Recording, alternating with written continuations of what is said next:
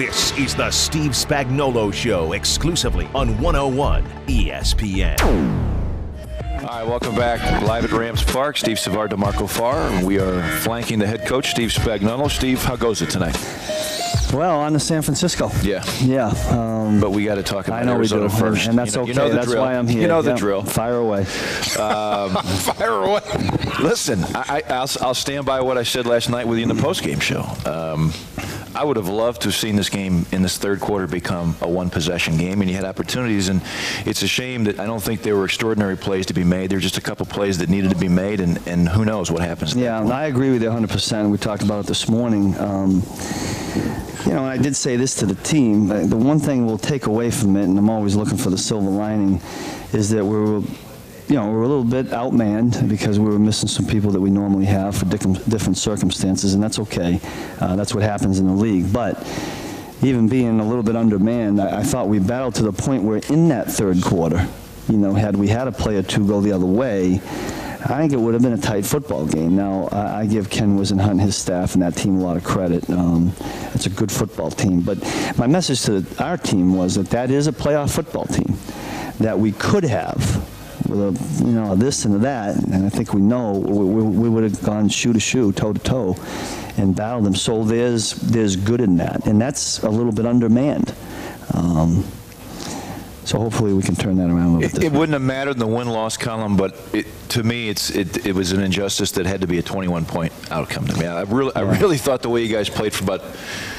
If you take away an 8 or 10 minute window in the second quarter, it's a pretty we had a bad second quarter on defense, and that hurt us. It's hard to play catch up with a team like that. You know, they get you in a situation where you're playing from behind. It makes it tough on our offense because then their defense can kind of gear up. So things didn't go the way we wanted. I mean, you can pick out all of the good things. You can do that with any game and make it.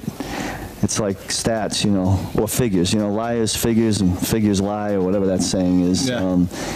And I don't want to do that. I don't want to make any excuses. We lost the football game, and that's not what we want to be about. However, went toe-to-toe in the first quarter, had a bad second quarter, came out in the second half. I'm always looking for that. How do you come out in the second half when you're down 17-0? And there was fight in this football team.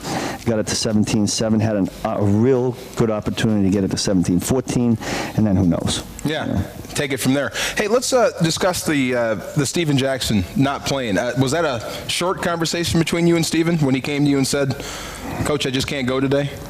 Well, I mean, he was short and to the point, but we sat and talked for a little bit because I enjoyed talking to Steve. Probably calmed me down before the game. You know, I certainly would rather have him out there playing, but I've said this before. I trust Steven. He knows his body better than I do. I know the man is a warrior. I know he's a team player and he wants to be out there fighting for his team. But, you know, when physically, you know, he knew he didn't want to do it and hurt the football team. But I leave it up to him. And it was the way we went on Sunday. It was the right thing to do because of the way he felt. And then we'll just keep our fingers crossed and hope we can get him for this game. It didn't look like it changed your approach on offense at all. Same stuff. No, yeah, we wouldn't do that. I mean, especially at that point, we're always hopeful that he's going to play, but you don't know with that kind of injury. No, I mean, Pat and the offensive staff kind of went out there with what we had, and I thought the two tailbacks that went in there and played for him did an admirable job. They knew the game plan. They didn't make very many mistakes. As running backs, they probably always want a cut or two back, you know, that they could have had a few more extra yards. And I thought the offensive line blocked pretty well for them. Can I ask you a quick question about your decision, when you make decisions on who's going to start at quarterback? Are you doing that to protect Keith Null, or is it you really don't know until 2 o'clock Saturday? There's some reasons in there. Yeah, there's some strategery, as a former president would say.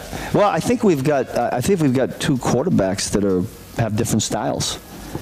I've been on the defensive side of the ball before, and if you got to prepare for two different styles, it takes a little bit more preparation. So there was a little bit of that. I wanted to make sure that the quarterbacks knew and was fair to them and the team. I think it worked out the way it should. I have tremendous confidence in Kyle if he has to go in there. If we decide to do that this week, we will. Perfect. So how do you regroup, move forward?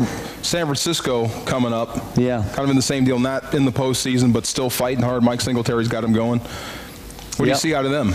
Well, the same thing you said. It's a fiery group because he gets them fiery. They were in the playoff hunt, I think, up until 2 weeks ago. I think is when they were eliminated, maybe in the Philly game 2 weeks ago. But he'll still have them fighting. They fought last week and played a good football game. That's a good football team. They play great defense. They're big, physical, special teams. They've kind of found a stride, I think, offensively. The quarterback, Alex Smith, is playing better, and anytime you have a running back like that. And I think the young rookie at wideout obviously has gotten better and better, and he missed a lot of time, so he's kind of playing catch-up. But, you know, it'll be a tremendous challenge for us. We're at home. It's Fan Appreciation Day, and the players, myself, the staff, would like nothing better than to give our fans a win for everything they've, you know, all the support they've had during the year, and something to be hopeful for. We will put all efforts from now until we kick off on Sunday to try to make that happen. I wish they could see his face as he's saying that. Yeah. And if you go on the website, 101.com, 101ESPN.com. Oh, this is, you didn't tell me. You can see we got you. Tell me they could do that. 15 weeks now we do this. They don't roll. Now you tell me. They don't roll on just us. They roll when you come in. Okay, but all right, Steve, go get the 49ers. Appreciate it, guys. Thanks, Always great. Thanks. Good to see you, man. All right, back in a moment. You're listening to the Steve Spagnuolo Show on the St. Louis Rams Radio Network.